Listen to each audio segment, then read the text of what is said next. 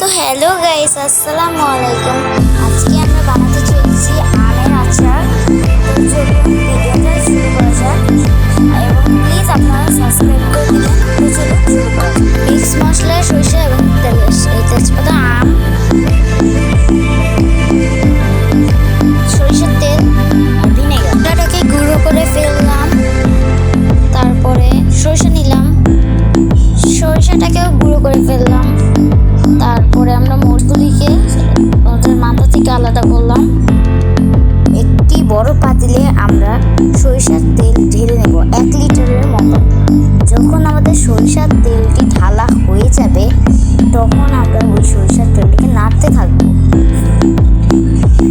নাড়ার পর আমরা দিব আমাদের সরিষা বাটাগুলি।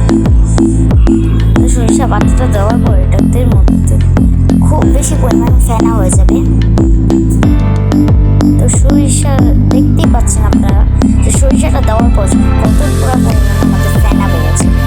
আমরা এরপর দেব মশলার মধ্যে যে মরিচগুলি ছিল ওগুলি আর তেজপাতা দেওয়ার পর আমরা হালকা একটু মিক্স মশলা আর রসুন,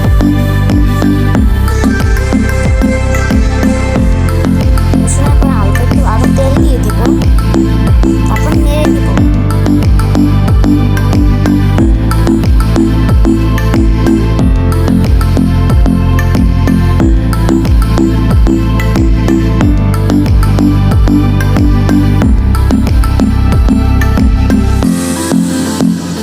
আম দিয়ে দিচ্ছি, আপনারাও আম দিয়ে দেবেন।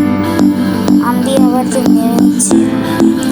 এখন আমগুলি জ্বালা হয়েছে পর আরও আম আসলো, তো ওগুলিও দিয়ে দিচ্ছি। আমগুলি দেওয়ার পর দেখা করছি।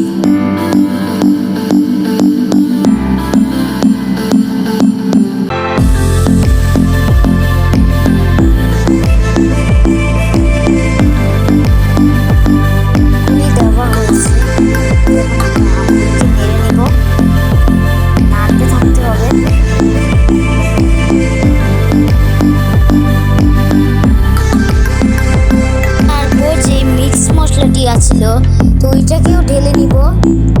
ঢালার পর একটু নেড়ে নিব। একটু নাড়াচাড়া দেওয়ার পর আমরা দিব চিনি এবং লবণ, তারপর মরিচের গুঁড়াটা যদি ঝাল আপনারা কম খেতে চান তাহলে আপনারা মরিচের গুঁড়োটা বাদও দিতে পারেন। তারপর একটু নেড়ে নিব। নাড়ার পর আমরা আরেকটু চিনি দিবে নেব, কারণ ওই সময় চিনির পরিমাণটা কম ছিল। চিনি দেওয়ার পর নেড়ে নিব। এখন আমরা কিছুক্ষণ যাবৎ নাড়তেই থাকবো এবং নাড়তেই থাকবো। যতক্ষণ নাড়তে আছে ততক্ষণে আপনারা লাইক এবং সাবস্ক্রাইব করে দেন, এবং পরের বারকে আমরা কী রাঁধতে পারি সেটা কমেন্ট করে বলতে পারেন। নাড়তে থাকি এবং নাড়তে থাকি।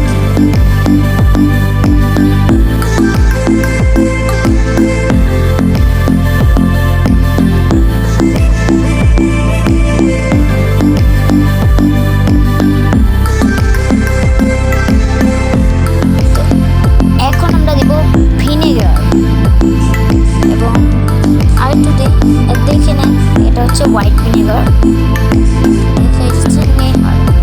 একটু ধুলে নিই, মনে করে আমরা এটা করে নেব। আমাদের রান্নাটা প্রায় শেষ হয়ে যাচ্ছে, আর একটু নেড়ে নেব। এটা আপনারা 1টা বছর পর্যন্ত সংরক্ষণ করতে পারেন, এর জন্য আমরা ভিনেগার দিয়ে দিচ্ছি। এটাকে নাড়তেই থাকবো। প্রায় আমাদের রান্নাটা হয়ে গিয়েছে, তার একটু নাড়ার পর আমাদের রান্নাটা হয়ে যাবে।